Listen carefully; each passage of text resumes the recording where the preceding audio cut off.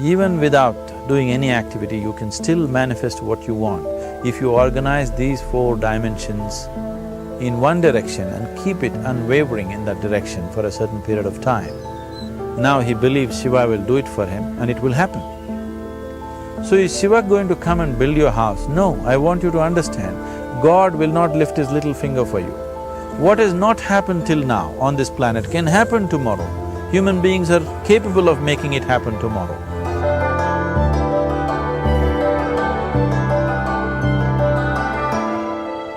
Everything we as human beings have created on this planet was essentially first created in our minds.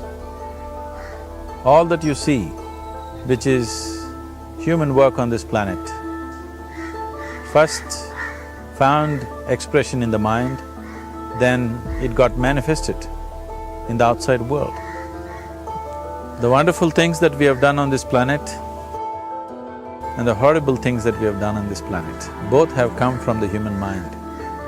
So if we are concerned as to what we create in this world, it's extremely important that first of all we learn to create the right things in our mind, how we keep our minds.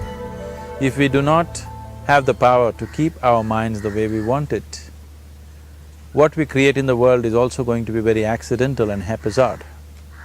So learning to create our minds the way we want is the basis of creating the world the way we want. There is a wonderful story in the yogic lore. On a certain day, a man took a walk. He went for a long walk. Accidentally, unawares, he walked into paradise. Fortunate, isn't he? He just took a walk and he landed up in paradise. After this long walk, he felt little tired. So he thought, oh, I'm tired, I wish I could rest somewhere. He looked around, there was a nice tree, underneath which there was very cushiony grass. So it was inviting. He went and put his head down there and slept. After a few hours he woke up, well rested, and he thought, oh, I'm well rested, but I'm feeling hungry, I wish I had something to eat. And he thought about all the nice things that he ever wanted to eat in his life.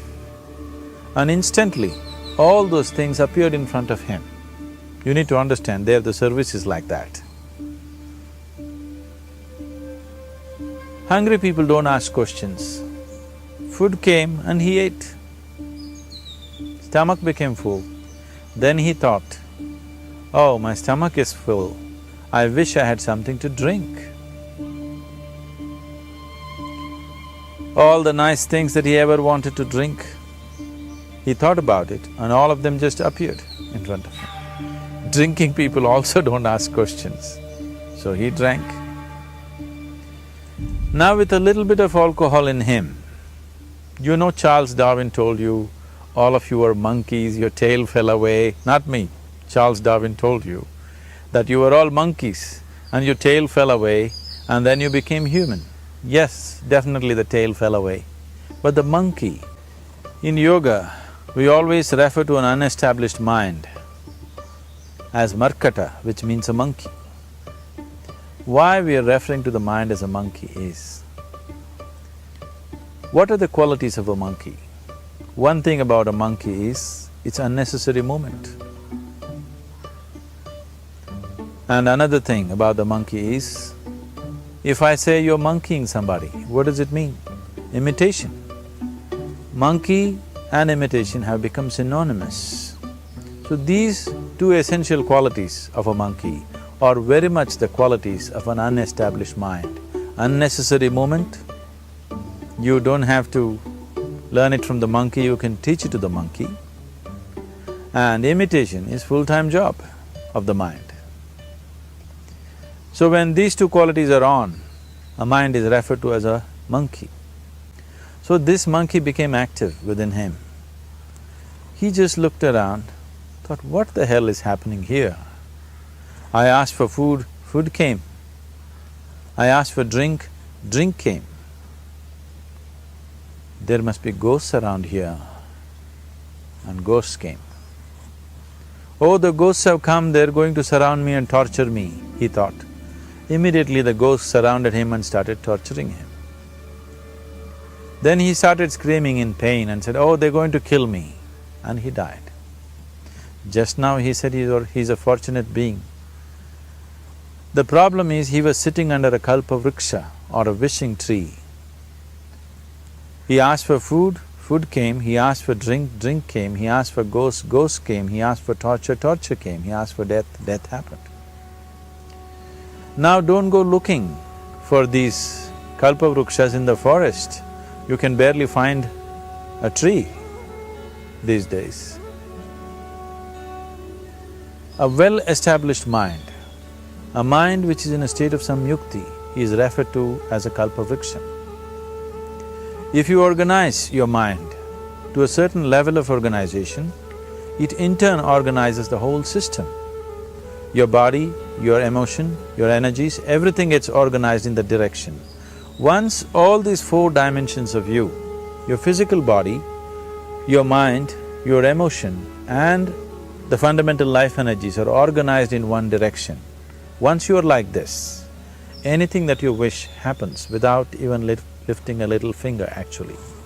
It would help to assist it with activity, but even without doing any activity, you can still manifest what you want if you organize these four dimensions in one direction and keep it unwavering in that direction for a certain period of time. Right now the problem with your mind is, every moment it is changing its direction.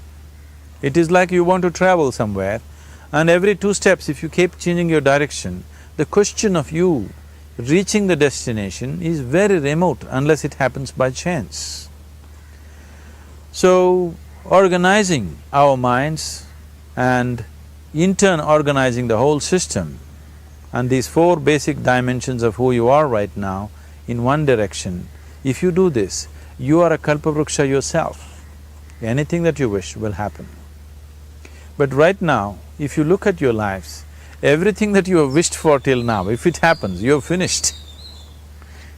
Everything and everybody that you have desired for, if all of that lands up in your house today, could you live with that? Once we're empowered like this, it's very important that our physical action, emotional action, mental action and energy actions are controlled and properly directed. If it is not so, we become destructive, self-destructive. Right now, that is our problem. The technology, which is supposed to make our life beautiful and easy, has become the source of all the problem that we are destroying the very basis of our life, which is the planet. So what should have been a boon, we are making a curse out of it. What has brought incredible levels of comfort and convenience to us in the last 100 years or so has also become a threat to our life simply because we are not conscious action, we are in a compulsive state of action. So organizing our minds fundamentally means moving from a compulsive state of activity to a conscious state of activity. You might have heard of people for whom they asked for something and beyond all expectations it came true for them. Generally this happens to people who are in faith. Now, let's say you want to build a house. If you start thinking, oh, I want to build a house, to build a house I need 50 lakhs, but I have only 50 rupees in my pocket, not possible, not possible, not possible. The moment you say not possible, you're also saying I don't want it. So on one level, you're creating a desire that you want something, on another level, you're saying I don't want it. So in this conflict, it may not happen. Someone who has some faith in a god or in a temple or whatever, who is simple-minded, faith works only for those people who are simple-minded. Thinking people, people who are too much thinking, for them it never works. A childlike person who has a simple faith in his god or his temple or whatever, he goes to the temple and says, Shiva, I want a house. I don't know how, you must make it for me. Now in his mind there are no negative thoughts. Will it happen? Will it not happen? Is it possible? Is it not possible? These things are completely removed by this simple act of faith. Now he believes Shiva will do it for him and it will happen. So is Shiva going to come and build your house? No, I want you to understand, God will not lift his little finger for you. What you refer to as God is the source of creation. As a creator, he has done a phenomenal job, there's no question about it. Could you think of a better creation than this? Is it in anybody's imagination to think anything better than what is there right now? So as a creator, he has done his job wonderfully well. But if you want life to happen the way you want it, because right now, the very crux of your happiness and your well-being is this, if at all if you're unhappy, the only and only reason why you're unhappy is life is not happening the way you think it should happen. That's all it is. So if life is not happening the way you think it should happen, you're unhappy. If life happens the way you think it should happen, you are happy. It's as simple as that. So if life has to happen the way you think it should happen, first of all, how you think, with how much focus you think, how much stability is there in your thought, and how much reverberance is there in the thought process will determine whether your thought will become a reality or is it just an empty thought. Or how you do not create any impediments for your thought by creating negative thought process. This possible is something possible or not possible, is destroying humanity. What is possible and not possible is not your business, it's nature's business. Your business is just to strive for what you want. Right now you're sitting here, if I ask you two simple questions, I want you to just look at this and answer this. Right now from where you're sitting, can you just fly off? You say no. Right now from where you're sitting, can you get up and walk? You'll say yes. What is the basis of this? Why you say no to flying and yes to walking? Because past experience of life, many times you've gotten up and walked, never did you fly off. Or in other words, you're using the past experience of life as a basis for deciding whether something is possible or not possible. Or in other words, you have decided that what has not happened till now cannot happen in your life in future. This is a disgrace to humanity and the human spirit. What has not happened till now on this planet can happen tomorrow. Human beings are capable of making it happen tomorrow. So what is possible and what is not possible is not your business. That is nature's business. Nature will decide that. You just see what is it that you really want and strive for that.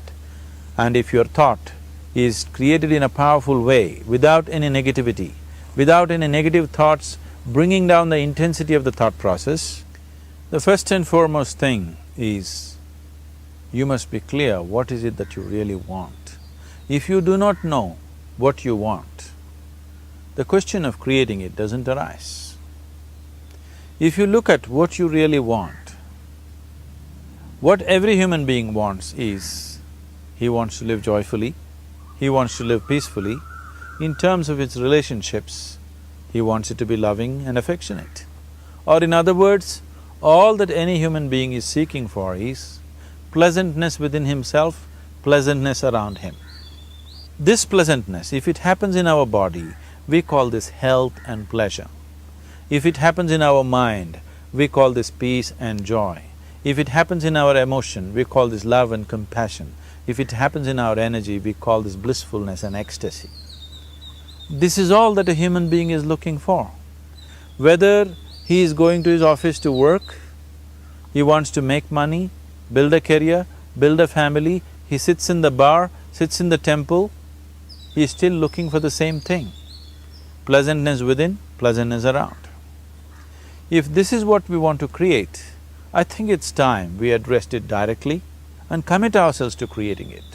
So you want to create yourself as a peaceful human being, joyful human being, loving human being, a pleasant human being on all levels. And do you also want a world like this? A peaceful world, a loving world, a joyful world? No, I want greenery, I want food. When we say a joyful world, that means everything that you want has happened. So this is all that you're looking for. So all that you need to do is commit yourself to creating it, to create a peaceful, joyful and loving world, both for yourself and everybody around you. Every day in the morning, if you start your day with this simple thought in your mind, that today, wherever I go, I will create a peaceful, loving and joyful world. If you fall down 100 times in the day, what does it matter? For a committed man, there is no such thing as failure. If you fall down 100 times, 100 lessons to be learnt. If you commit yourself like this to creating what you really care for, now your mind gets organized. Once your mind gets organized, the way you think is the way you feel, your emotion will get organized. Once your thought and emotion is organized, your energies will get organized in the same direction. Once your thought, emotion and energies are organized, your very body will get organized. Once all these four are organized in one direction, your ability to create and manifest what you want is phenomenal. You are the creator in many ways. That which is the source of creation is functioning within you every moment of your life. It is just that, have you kept access to that dimension or not? Organizing the four basic elements of your life will give you that access. There are tools and technologies to do this. The whole science of yoga, the whole technology that we refer to as yoga is just about this, transforming yourself from being just a piece of creation to become a creator.